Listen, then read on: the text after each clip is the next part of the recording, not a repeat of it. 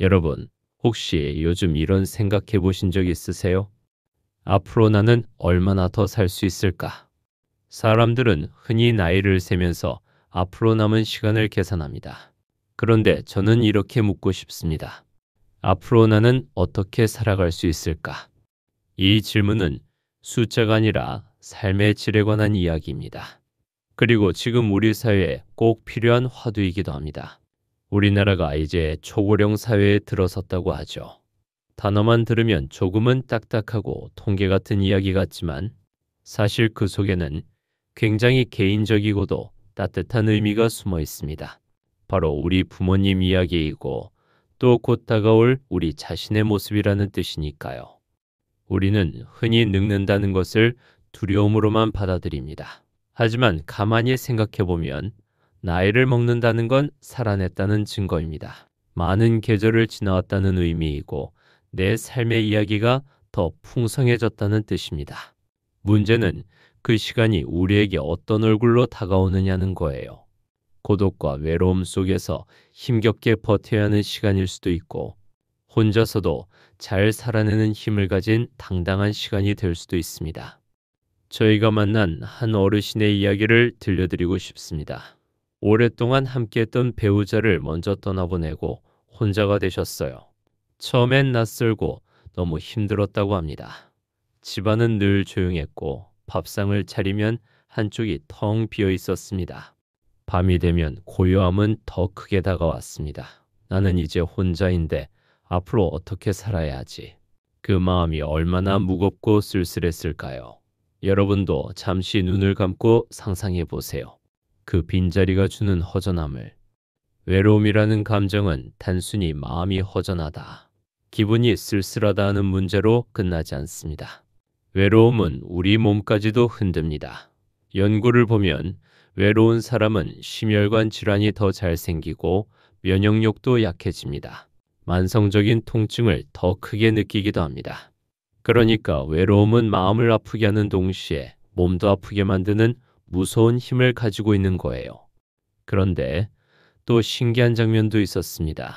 낮에 이웃과 함께 밥을 먹고 잠깐이라도 친구와 이야기를 나눈 날, 같은 어르신이 그날 밤은 훨씬 더 깊이 주무셨습니다. 웃음소리 한 번, 누군가의 따뜻한 손길 한 번이 몸의 긴장을 풀어주는 거예요. 그 모습을 보면서 알게 됐습니다. 결국 사람은 혼자 살아갈 수 없는 존재라는 것을. 이건 우리나라만의 문제가 아닙니다. 일본에서는 고독사가 사회적 문제로 떠올랐고 영국은 아예 고독 담당 장관이라는 직책까지 만들었습니다. 미국도 정부 예산을 들여 외로움과 고립을 줄이려는 프로그램을 운영합니다. 전 세계가 이제 외로움을 단순한 개인의 성격 문제가 아니라 하나의 질병이자 사회 전체가 풀어야 할 과제로 인식하고 있다는 거죠. 그렇다면 우리는 어떻게 해야 할까요? 저희가 함께한 세 분의 어르신들과는 작은 실험을 해봤습니다. 거창한 것이 아니었습니다.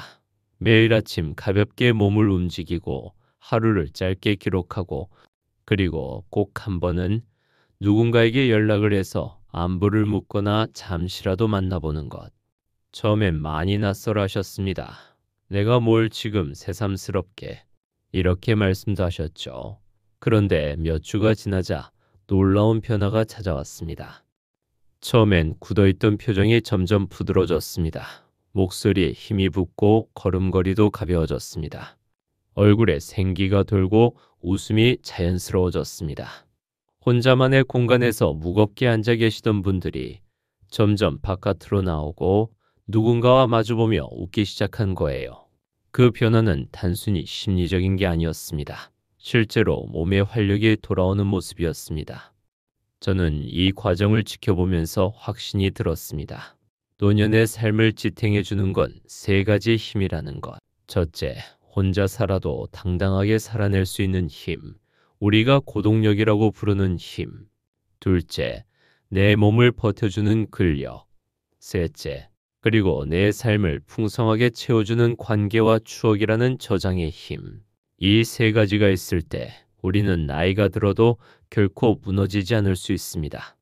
여러분, 우리가 가장 두려워해야 할 건 어쩌면 죽음이 아닙니다.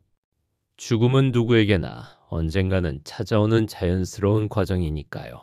그보다 더 빨리 찾아와 삶을 무너뜨리는 건 사실 외로움일지도 모릅니다. 하지만 기억하세요. 외로움은 절대 피할 수 없는 운명이 아닙니다. 내가 의식적으로 누군가와 연결되고 내 몸을 조금이라도 움직이고 내 마음을 열어 다른 사람과 나눈다면 외로움은 힘을 잃습니다. 이제 우리는 모두 더 오래 살아야 합니다. 그렇다면 중요한 건 몇 살까지 살 거냐가 아니라 어떻게 살아갈 거냐입니다. 혼자도 잘 살아낼 힘, 바로 지금부터 차근차근 만들어 가시길 바랍니다. 그것이야말로 앞으로 남은 긴 삶을 따뜻하게 채워줄 가장 든든한 자산이 될 겁니다. 여러분, 혹시 지금 마음속에 떠오르는 사람이 있으신가요? 오랫동안 연락하지 못했던 친구, 그리운 가족, 혹은 이웃일 수도 있겠죠. 오늘 강연이 끝나면 그분께 한번 안부 전화를 걸어보시면 어떨까요? 잘 지내고 있나요? 그 짧은 한마디가 그 사람의 오늘 밤을 덜 외롭게 만들 수도 있습니다. 그리고 동시에 여러분의 내일을 더 건강하고 단단하게 만들어 줄 겁니다. 그러니 오늘부터 시작해 보세요. 혼자여도 괜찮습니다. 아니, 혼자이기 때문에 더 필요합니다. 작은 습관 하나, 짧은 대화 하나, 그 힘이 여러분의 노년을 지켜줄 겁니다. 그리고 그 길 위에서 우리는 비로소 깨닫게 될 겁니다. 오래 산다는 건 선물이구나. 살아간다는 건 여전히 따뜻한 일이구나.